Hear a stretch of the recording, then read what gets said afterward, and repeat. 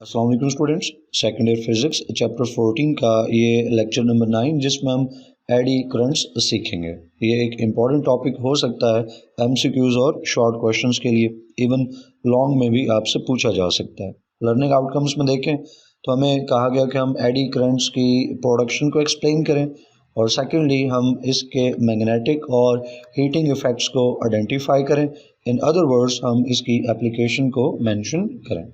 Lecture का आगाज़ करते हैं डेफिनेशन की हेडिंग से।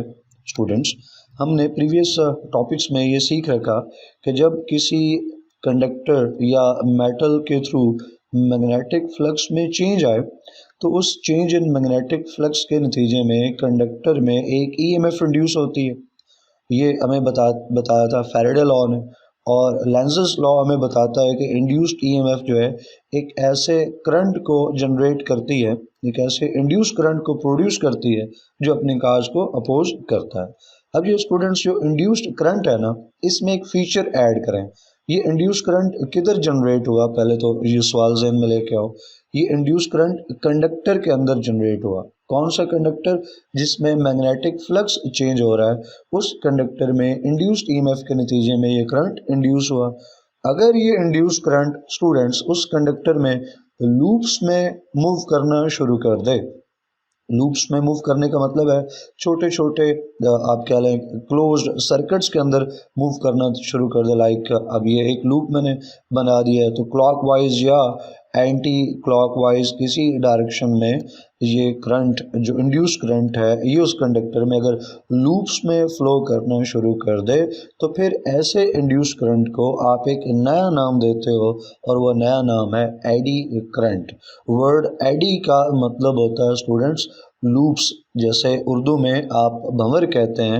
आप इस डायग्राम को देखें, पानी में आपने देखा होगा बाज़ पानी जो है वो इस तरह का भंवर बनाता है। पानी एक लूप के अंदर मूव करना शुरू कर देता है तो इस लूप को, ये इस भंवर को इंग्लिश में एडी कहते हैं। तो जो ये करंट है, इंड्यूस करंट, जब कंडक्टर में ये लूप्स के अंदर मूव करना शुरू कर दे तो फिर इस करंट के ये जो लूप्स हैं ये रिजेंबल करते हैं इसी एडी के साथ, इसी भंवर के साथ। लिहाजा कंडक्टर में ऐसे करंट्स को जो कि इंड्यूस करंट हैं और फिर लूप्स में फ्लो करते हैं, ऐसे करंट को एडी करंट्स का नाम देते हैं। अब आप डेफिनेशन को आसानी से अंडरस्टैंड कर सकते हैं। एडी करंट एक ऐसा करंट है जो लूप्स में फ्लो करता है एक कंडक्टर में, और ये इंड्यूस करंट है। एडी करंट इंड्यूस करंट है एक कंडक्टर में और ये लूप्स में फ्लो करता है। और ये करंट तब जनरेट होता है जब एक मूविंग कंडक्टर एक चेंजिंग मैग्नेटिक फील्ड में दाखिल हो, या एक चेंजिंग मैग्नेटिक फील्ड में एक मूविंग कंडक्टर जो है उसको आप लेके आओ या कंडक्टर को चेंजिंग मैग्नेटिक फील्ड में पास करो, तो उस मैग्नेटिक फील्ड में चेंज के नतीजे में कंडक्टर में मैग्नेटिक फ्लक्स चेंज होगा, और उस मैग्नेटिक फ्लक्स के चेंज के नतीजे में स्टूडेंट्स जो है इंड्यूस्ड ईएमएफ, और इंड्यूस्ड ईएमएफ के नतीजे में इंड्यूस्ड करंट अगर वो लूप्स में फ्लो करेगा तो हम उसको एडी करंट का नाम देंगे।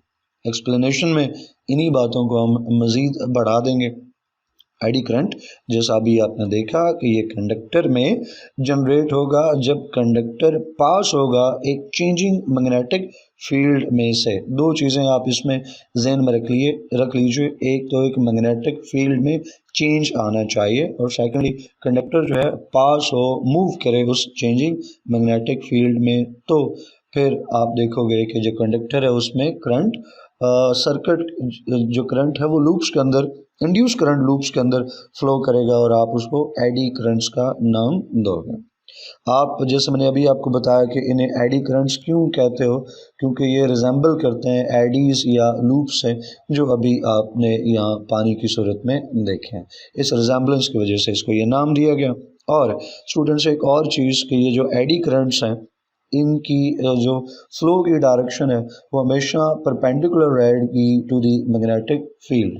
इसको आप एक और फिगर में देखिए, ये आपकी जो फेडरल बोर्ड और केपी के बोर्ड की टेक्स्ट बुक है उसके अंदर ये फिगर मौजूद है। तो स्टूडेंट्स यहाँ पे एक मैग्नेटिक फील्ड है जिसके दो पोल्स आपको नज़र आ रहे हैं, नॉर्थ पोल और साउथ पोल, और इस मैग्नेटिक फील्ड के दरमियान में एक प्लेट है जो मूव कर रही है। यहाँ पे ये एरो ये बता रहा है कि स्पिन कर रही है, और जब ये कंडक्टर स्पिन कर रहा है तो इसका मतलब ये हुआ ना कि इस चेंजिंग मैग्नेटिक फील्ड के अंदर ये कंडक्टर मूव कर रहा है। तो इस कंडक्टर में क्या जनरेट होगा, induce current due to change in magnetic field. और इंड्यूस करंट जो है वो जब मूव करेगा लूप्स में, जैसे आप यहाँ पे लूप्स देख सकते हो, ये लूप्स हैं इंड्यूस्ड करंट के, ये लूप्स हैं एडी करंट के। इन्हीं लूप्स में फ्लो करते हुए करंट्स को हम एडी करंट्स का नाम देते हैं। यहाँ पे आप आई लिखा हुआ देख भी सकते हैं, आई करंट के लिए है, और ये जो लूप्स हैं एरोज की मदद से यहाँ पे रिप्रेजेंट किया गया इनके फ्लो की डायरेक्शन को, ये एडी करंट को रिप्रेजेंट करता है। स्टूडेंट्स, तो आप जो मैं पॉइंट आपको यहाँ फिगर में बताना चाह रहा था वो ये है कि जो एडी करंट की प्लेन्स हैं वो परपेंडिकुलर रहेंगी अप्लाइड मैग्नेटिक फील्ड के। तो आप गौर कीजिए, नॉर्थ से साउथ पोल की तरफ आती हुई जो मैग्नेटिक फील्ड लाइंस हैं वो 90 डिग्री का एंगल बना रही हैं, 90 डिग्री का एंगल बना रही हैं किसके साथ, प्लेन ऑफ एडी करंट और आने वाली जो मैग्नेटिक फील्ड लाइंस हैं ये अप्लाइड मैग्नेटिक फील्ड है, एक दूसरे के परपेंडिकुलर है, 90 डिग्री का एंगल है इन दोनों के दरमियान में।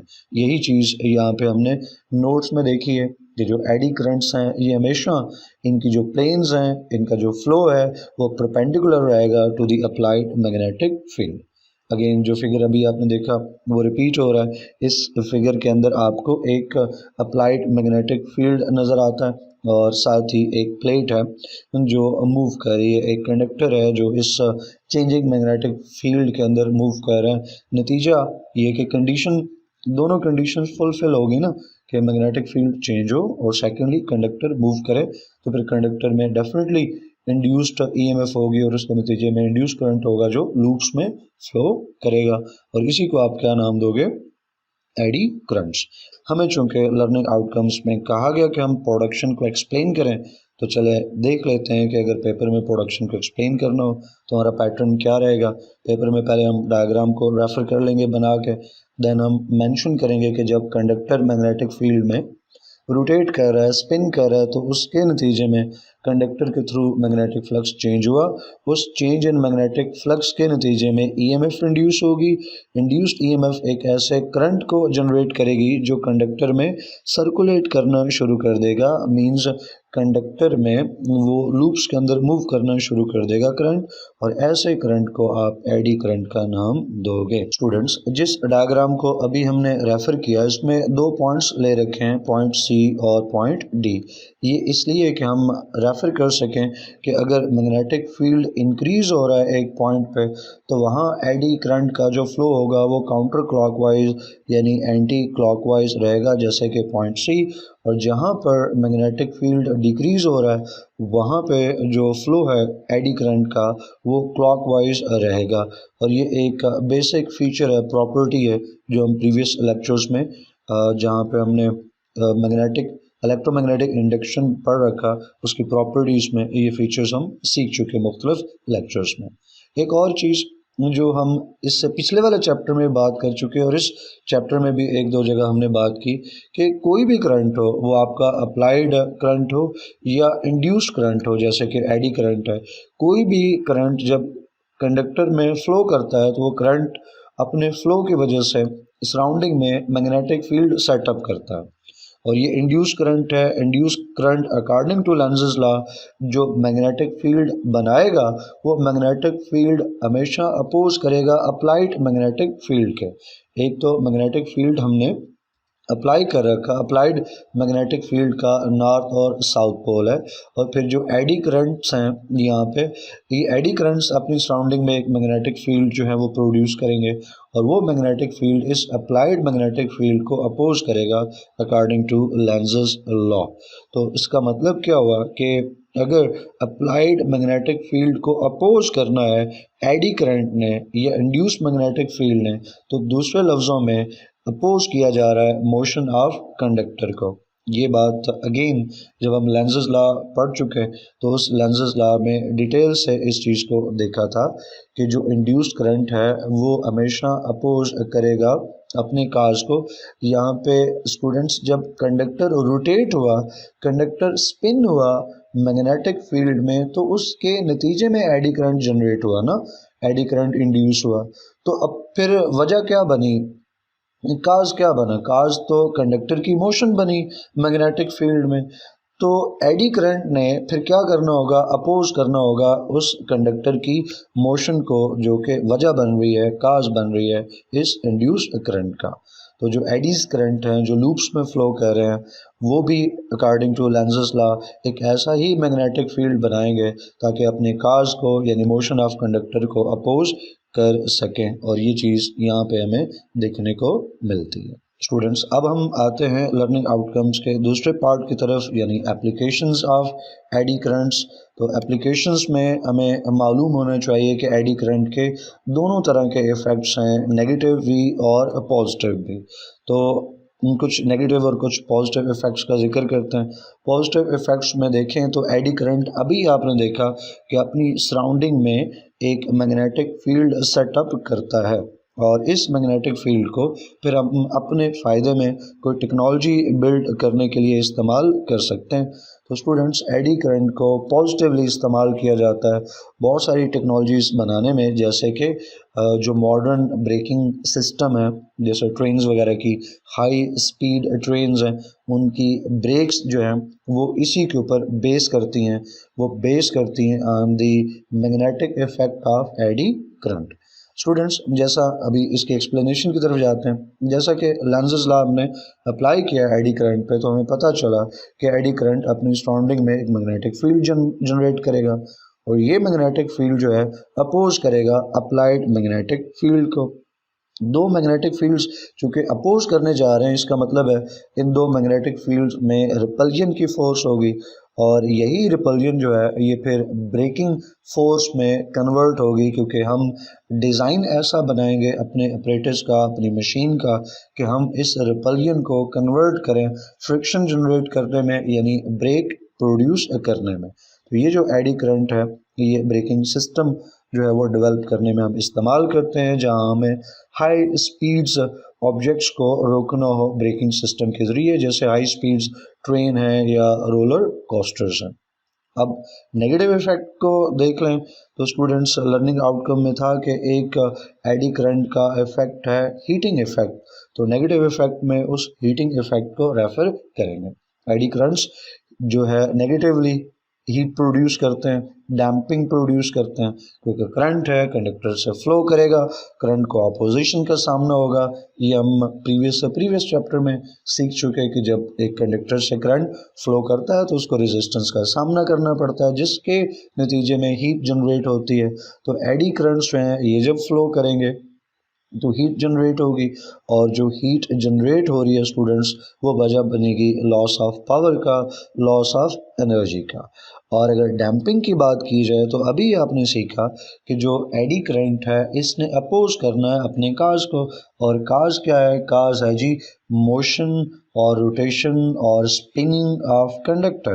तो स्टूडेंट्स, जो कि एडी करंट उस कंडक्टर की स्पिन को, मूवमेंट को अपोज करेगा, इसका मतलब है स्लो डाउन करेगा eddy current motion of the conductor.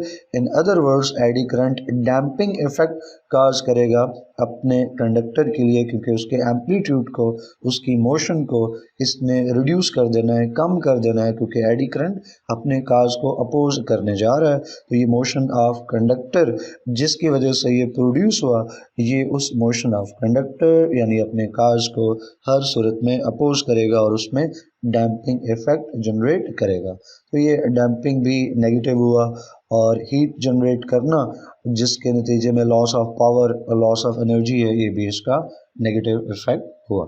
मुझे उम्मीद है कि आपको ये लेक्चर कंटेंट समझ आया होगा। कोई क्वेश्चन हो आपका तो आप कमेंट सेक्शन में पूछ सकते हैं। वीडियो को लाजमी लाइक किया करें, एक आपने प्रेस ही तो करना है, और उसके नतीजे में जो लाइक आएगा वो कंट्रीब्यूट करेगा सिस्टम के आगे बढ़ने में। वीडियोस को अपने फेलोज के साथ शेयर किया करें। इंशाल्लाह नेक्स्ट वीडियो में नेक्स्ट टॉपिक पढ़ेंगे। टिल देन, अल्लाह हाफिज़।